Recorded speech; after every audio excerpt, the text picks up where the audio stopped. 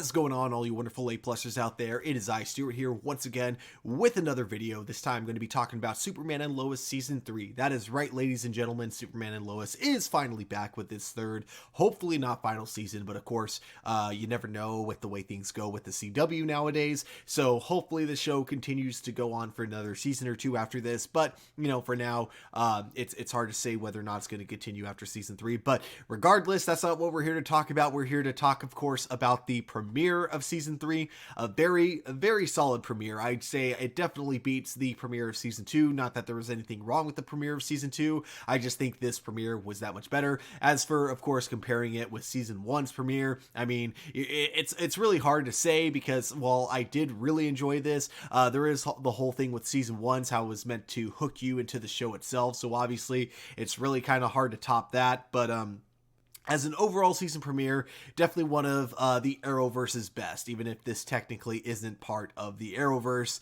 But yeah, what did I love about it? What did I not like about it? Well, guys, let's get right into this. I'm going to be starting with the positives, and there are a lot of things to talk about when it comes to the positives of this. So let's start, of course, with Superman trading Jordan and how freaking cool this is. This is actually something that I've been really excited to see in the show ever since Season 1, of course, but it's also something I wasn't really in a hurry to see. This is something I'm really glad that they took their time with, because I think the payoff that we got now with this, with Superman essentially training Jordan in both, flying, and then as we see later on in the Fortress of Solitude, teaching him how to fight as well. I think this is really cool. Like, he's training him to basically become Superboy. And again, something I've wanted to see for a little while, but again, I'm also really glad the show took their time with it. The payoff is absolutely amazing, and I think the scene with the two of them flying together was just a lot of fun and a great way to start out the episode. What's also cool is that even though, Jordan is definitely getting there, we do see later on in the show that he's not quite there yet.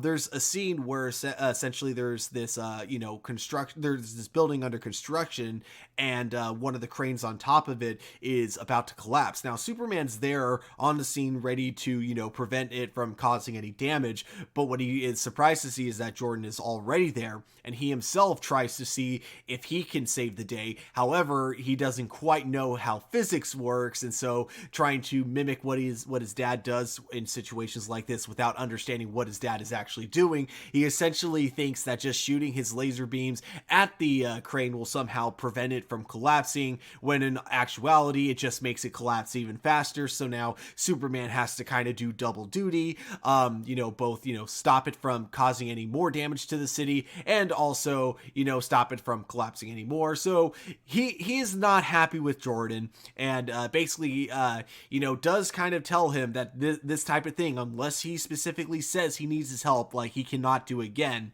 And the payoff for this, I think, is kind of cool later on, which I'll get to, because it happens like kind of towards the end of the episode. Something in regards to Clark and Lois this season, this was something that we kind of knew going into the season, because Todd Helping, the showrunner, did say that now COVID restrictions have been, eased off for the filming schedule, so they were allowed to have a lot more intimate scenes between Clark and Lois, and we definitely do see them being a lot more intimate within this season for sure. I heard they made out and had sex. This leads to Lois possibly getting pregnant, but possibly leading to something else. We get a little bit more of this as she continues to investigate Bruno Manheim in Metropolis. This was where, of course, Season 2 left off, with Diggle making his season cameo, and then telling John Henry Irons that Bruno Manheim might have been the one responsible of killing John Henry Irons on the, I've heard a YouTuber refer to it as Earth Todd. I can't remember which one in particular, but that's what I'm going to start calling the Superman and Lois universe. I'm going to start calling it Earth Todd. So anyways, basically Lois is the one investigating since the ending of that. And I will say this, that was one thing I was kind of disappointed by with this season premiere. And And that is the fact that it doesn't seem like we're going to be getting any more Diggle this season. There was an interview recently with the actor that plays John Henry Irons, and according to him, David Ramsey will apparently not be appearing this season on Superman and Lois, which is a great shame, of course. With the way they left things off in the previous season, I actually kind of expected him to play a bit of a bigger role, but I guess that's the little bit of disappointment for the episode then, because unfortunately it just doesn't look like he's going to be coming back this season.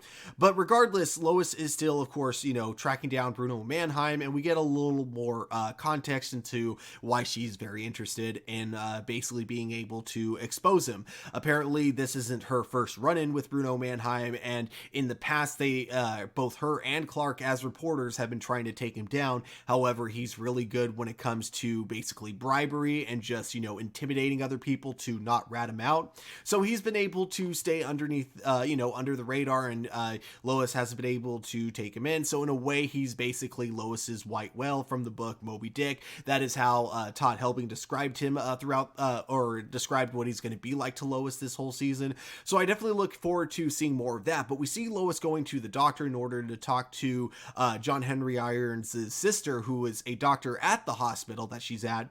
It's here we find out that Lois might actually be pregnant. But on top of that, we find out that apparently she's been pretty persistent with trying to, talk to Dr. Irons for quite some time, because she does not look happy when she sees that Lois is her patient, and basically tries to tell her to piss off. But Lois is really good at, getting people to kind of open up to her. So eventually Dr. Irons does reveal that John Henry Irons, before he died, he had actually been doing some illegal arms dealing with people like Lex Luthor and Bruno Manheim, bringing like a little more connective tissue as to how Bruno Manheim might have been involved with John Henry Irons' death. So there is unfortunately a second part to this, and I was going to wait till the end to bring this up, but I have it in my notes here, so I might as well talk about it right now. So we do have a sad ending to the pregnancy bit, though, in the storyline. It does end with her getting a call from Dr. Irons confirming that Lois is not pregnant, but that her symptoms that she's been having lately could be something else. And there was a look that Lois kind of had when she said that, a look of like, not necessarily that she saw it coming, but that she isn't super surprised, as if, this could be something that maybe runs in her family, which is, a very common thing when it comes to cancer. So it is something where if she has, like, let's say breast cancer or something in that ballpark, it could be something that she knew was a possibility because maybe it ran in her family and her mother had it or grandmother had it, because it could be one of those things that skips a generation. Regardless, there is a look in her face that kind of says that while, she didn't see it coming, she isn't necessarily the most shocked. And if this is the story route that they go with her character, I think it would definitely be very interesting, especially with, her husband being Superman. It kind of takes you back to that first Superman movie when he lost his father to a heart attack. All the power in the world, and he still wasn't able to stop, something like a heart attack, or, the most human of, illnesses, things like that. The next thing that I really wanted to talk about, because I actually thought this was very interesting, was Sam and Natalie. Essentially, Sam wanting to kind of be there in her life because he knows that on her Earth, Sam was, of course, her grandfather. So he does basically take her to the movies, and while he mostly does mean well, this unfortunately leads to other intentions, as we find out, as he's trying to convince her to join the DoD Academy in Metropolis, which of course very much upsets her, because it means that, oh, so you're not actually interested in getting to know me, you just wanted to recruit me to your school. Oh, and side note about this scene, I totally forgot to say this in the review, but while the two of them are waiting in line, you get this hilarious line. I still can't believe they killed Kimmy in the last one. And it just makes me think of one thing. Oh my god, they killed Kimmy, you bastard!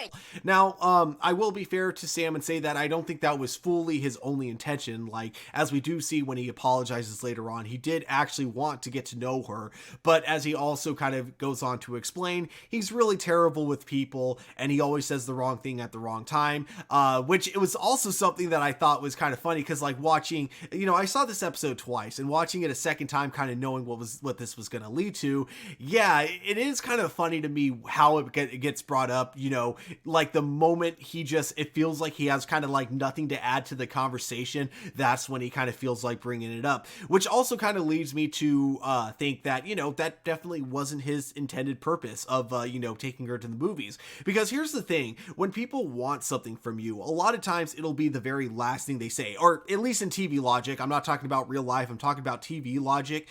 It'll usually be the last thing that they say to you, like before parting ways, not something that you would normally drop in the middle of a conversation.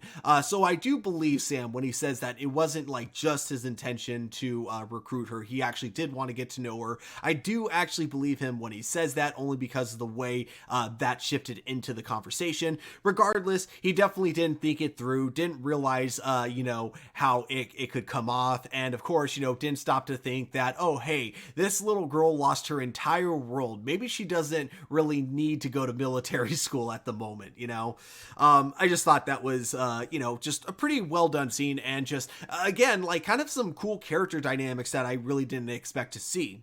And speaking of character dynamics, one of my favorites, so there was a lot of comedy in this premiere episode, which surprised me because, it's not that Superman and Lois doesn't crack a joke now and then, but the comedy has always been very tame in the show. But like in this episode, I mean, I can't remember who the writer was for it, but man, they definitely had a few funny gags up their sleeve. And one of them was Clark and John running into each other at the convenience store, and John seeing Clark buying some pregnancy tests, and just kind of that moment where they're both kind of like, he's smiling at Clark is smiling back, and then what I really love is kind of like how it ends with John giving Clark some advice, where Clark kind of reveals to John that he's a little bit hesitant of having this kid, and John just telling him, just if this is really how you're feeling, you need to be honest with Lois Lane about it.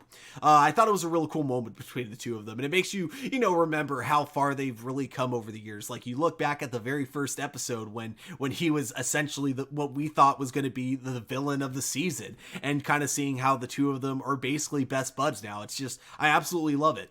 And now we got to talk about, of course, one of the biggest highlights of the episode, and that is Superman versus the Atom Man. Okay, so basically during this episode, there is a birthday party for, of course, Jonathan and Jordan Kent, and man, talk about a sweet 16, because everyone in Metropolis, I almost said Metropolis now, everyone in Smallville is at this party, and I don't know if this is just a small town thing. Like, is it common for like just, everyone in town to go to a 16-year-old's birthday party? Like, to me, that was like, or maybe it's just because everyone loves the Kents because they're a very respected family, could be something like that.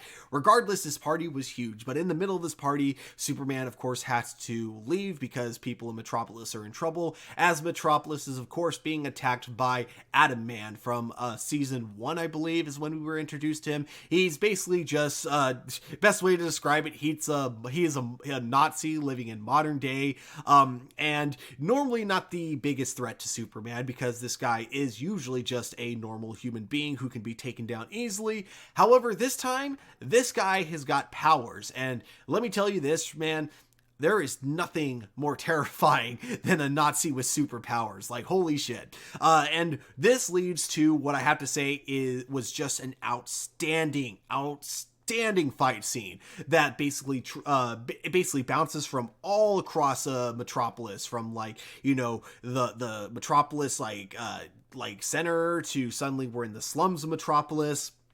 And through this, there's the two of them crashing into buildings with Superman trying so hard to lead them, basically to kind of like the more abandoned buildings of Metropolis. And it is just, oh my gosh, the kid in me just wanted to pick up a couple of action figures and go, yeah, take that, Awesome. Great fight. The fight ends, of course, around the slums of Metropolis, and this is where we get introduced to another villain who's going to be in this season, and that's none other than Onomatopoeia. Um, it's such a weird name, but this is actually a character created by Kevin Smith, which I didn't know about. Like, this is a Green Arrow villain, which is why it's really surprising to see him here in a Superman TV show. But as far as we can tell, this is a very different from the version of him in the comic books. As in the comic books, now keep in mind, I don't know a lot about this character, but from what I hear, he's a vigilante, or not even really vigilante. He's basically just a douchebag that loves to kill street level superheroes because he does it like purely for sport. And it's never been confirmed, but supposedly it's very doubtful that he even has any superpowers. Although this is apparently something that is not necessarily confirmed about his character. But in this, he definitely has powers because towards the end of the fight, Adam Man is suddenly completely like just annihilated, seemingly with bullets. But as Clark then figures out from doing his X-ray vision, there were no bullets on the ground. His skin just seems to, something invisible seemed to have just like tore his skin apart. And it's here that we get to see him, and he seems to be able to use sound as a weapon is probably the best way to describe it, as he's able to use like the sound of bullets to pierce Adam Man's body, and then he also uses just the sounds of people screaming against Superman to make him like go flying away, and then when Superman comes back, both Onomatopoeia and Adam Man are suddenly gone. And then we also have another ending bit with him and Bruno Manheim, as we find out the two of them are definitely working together, but it seems that Bruno Manheim is the one in charge. But during this scene, which takes place kind of like in this like abandoned looking factory where they seem to be doing like some sketchy human experiments and that kind of thing, we see him essentially experimenting on Adam Man and bringing him back to life. That's right. Even though Adam Man was definitely dead the last time we saw him after, you know, the invisible bullets or whatever, he somehow is able to use this liquid and bring him right back to life. And something I gotta say I find very interesting about this with Adam Man is with him, of course, you know, being a Nazi and everything. It's very interesting to see him being the one getting experimented on, given that this is something that Nazis used to do to, you know, basically their prisoners. So it is kind of like a perfect irony, I guess you could say, for that character. And so now, before I get into the stuff that I didn't like, I'm just going to talk about the stuff that happened in this episode that I just, you know, they happened, but they weren't like stuff that really stuck out like a lot. But both of these I actually thought were probably some of the funnier moments of the episode. Chrissy and Kyle, like, I did not see that coming, but I thought that was just absolutely hilarious, and it definitely made sense for both of their characters. I mean, neither one of them really have anyone in their life right now, so it makes sense that two lonely people would eventually hook up at a 16-year-old's birthday party. Man, when I say it out loud, that sounds really bad, but yes, I guess I don't think, like, necessarily we're going to be seeing more of that. It might have just been a one-off thing, but there is definitely that possibility. The doors, like, open metaphorically between the two of them, but who knows where they will go with that. Another kind of honorable mention I want to give about this is I did love seeing how like awkward Chrissy is at the party. You know, from one socially awkward person to another. I thought she was just absolutely adorable throughout this entire scene, or I guess I should say adorkable. She was like super adorkable throughout that whole party, and I just had to give a shout out to that. The other thing I wanted to give a shout out to was, of course, Lois Lane teaching her son how to drive. Oh my gosh, I feel like this is something almost every teenager can relate to in one way or another. Just having that parent kind of breathing over your shoulder. You know they mean well, but the more they nitpick at you, the more stresses you out and causes you to make even more mistakes. And I think the payoff to that joke was like the funniest. So funny that even though I spoiled literally everything about this episode, I don't want to spoil the punchline to this joke because I was laughing so hard. Again, this episode with the comedy, they were just nailing it. it.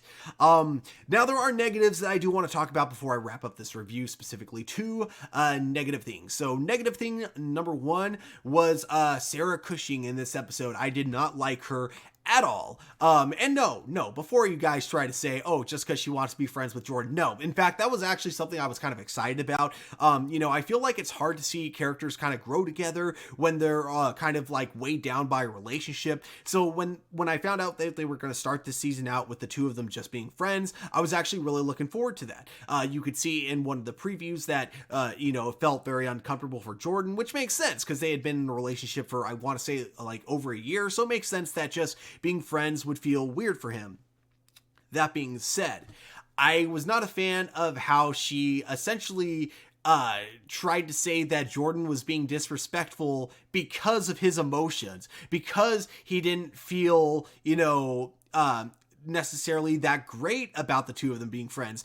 And keep in mind, the entire episode, he's never like, he's being sweet to her for sure. And yeah, he went above and beyond to get her a gift, but there was nothing in the episode to imply that he was trying to get back with her. And so you get this like party scene between the two of them, and you have her kind of being like, with him being a little shy, especially because like the scene before, after he got her this gift, she didn't even take the gift with her. She just left it with him. And he ends up being kind of like quiet around her because he just doesn't know what to say, which is, and if she wanted to just say, hey, you don't need to be weird around me or anything, we can still be friends and that kind of stuff. Or I'm sorry, that I made things weird, something like that. That would have been fine. But instead she just kind of goes, yeah, I need some space and I need you to respect that. Like, what are you talking about? Like, what has he done in this episode to suggest that he doesn't respect the fact that you want to just be friends? To me, it came off as emotionally manipulative. Her being like, hey, you should feel guilty for feeling, sad that we're not together anymore. Like, I hated that. So that was my big negative for the episode. The other negative, not the biggest negative, but something that I still need to start bringing up at some point, the superpowers in this show, man. Okay, so ever since the first season, it kind of feels like almost every single enemy that Superman faces, they just aren't creative with superpowers in this show, because every enemy has always just literally been, oh, I have Superman's powers, just not as good. And I mean, maybe you could say the exception is Parasite, but that's again the exception to that. For the most part, like every enemy that we've seen in the show who has powers, it's always just been kind of the same, like either super strength, super speed, laser beam eyes, something like that. I just want them to be a little more creative. Onomatopoeia, again, in this episode was the exception to that. So I hope we get more, metahumans in the show like him pretty much going forward. I'm hoping anyways, keeping my fingers crossed. But yeah, that was my biggest, because as much as I loved that fight between Superman and Atom Man, there was a part of me that was kind of disappointed, where it's just like, oh, Atom Man, you have powers now. Oh, once again, your powers are just Superman, but not quite as good. So this is just something I wanted to bring up now because we've been seeing so much of it, and I really hope, this kind of goes away later on. And as I'm looking through my notes, I realize there is something that I completely left out that might be very important later on. So this isn't a negative thing just because I'm putting it in the negative category. I'm just talking about it now because I totally forgot this was actually something intriguing, I'll say. But there is an issue when it comes to some of the funding of Smallville, and Lana Lane is essentially moving some of the funding from one thing to another. I don't know exactly how this stuff works. I'm sure it made sense in the dialogue, but regardless, we do see the mayor from the previous season, Mayor Dean, coming and trying to warn Lana basically that she shouldn't be messing with those funds, that she doesn't know why those funds are there and that they have a very particular reason. This leads me to believe that this will be like the Smallville connection for Bruno Manheim. So if we ever do see Bruno Manheim in Smallville, that might be the reason. It could be that, or it goes even deeper than that, because if we're looking at the TV show Smallville, one of the characters that lived in Smallville or had like a big, I'd say big stakes in Smallville, essentially, had their footprint definitely deep there in Smallville, were the Luthers. So, my prediction of where this money is coming from, or where this money, why this money is something that's not to be messed with, is that it belongs to someone really powerful, whether it's Bruno Manheim or Lex Luthor. Who knows? But I definitely think that this is going to be how Lana Lang's storyline as the mayor is going to basically tie into the overall big picture of the season. But that is just my current prediction. So overall, guys, like I said, absolutely solid episode. Didn't like the Sarah stuff. I also really hope they get a little more creative with the superpowers going on in the future. But from everything else, from character relationships and just overall character growth that we get to see throughout the season. Another thing I forgot to bring up, speaking of character growth, because I said I was going to come back to this, but that was Jordan, essentially. Because during the Superman Atom fight, we do see that Jordan is listening in on it. And one thing that I feel like would have happened if this was season 1 of the show is that Superman would have said to Jordan, hey, don't do this again unless I say so. And then Jordan wouldn't have listened. He would have gone in and either maybe he would have done some good, but he still would have disobeyed, regardless. He doesn't do that here. He actually listens to his dad when his dad says, not to do anything unless he, specifically asks for his help. So while he's listening in on the fight, he notices that not once during the fight does Superman say, hey, Jordan, I need your help, or anything like that. He listens, and I thought that was a real cool character growth for that character. One last thing that I totally forgot to talk about, of course, was the recasting for Jonathan Kent. Personally, I don't mind this new actor at all. I think he's doing a really good job, but man, he does not feel like the same character. The lines were there, and there are some mannerisms he had that were similar to Jonathan Kent, but man, just his voice and his overall demeanor, they don't feel like the same character. It's great in his own way, and I can't wait to see how he does in this season. It looks like he's fitting in with the cast and crew incredibly well. But man, they do not feel like the same character is all I'm going to say. That being said, all that nitpicking aside, great first episode. Loving it so far. Looking forward to seeing how the rest of the season plays out. But of course, guys, at the end of the day, those are just my A+ opinions. We here at A+ Opinions always want to know what you guys think. So definitely let me know your thoughts about the episode in the comments below. Don't forget to hit that like button, subscribe to our channel. But of course, guys, above all, don't forget to keep it A+, and I will talk to you all later. Goodbye.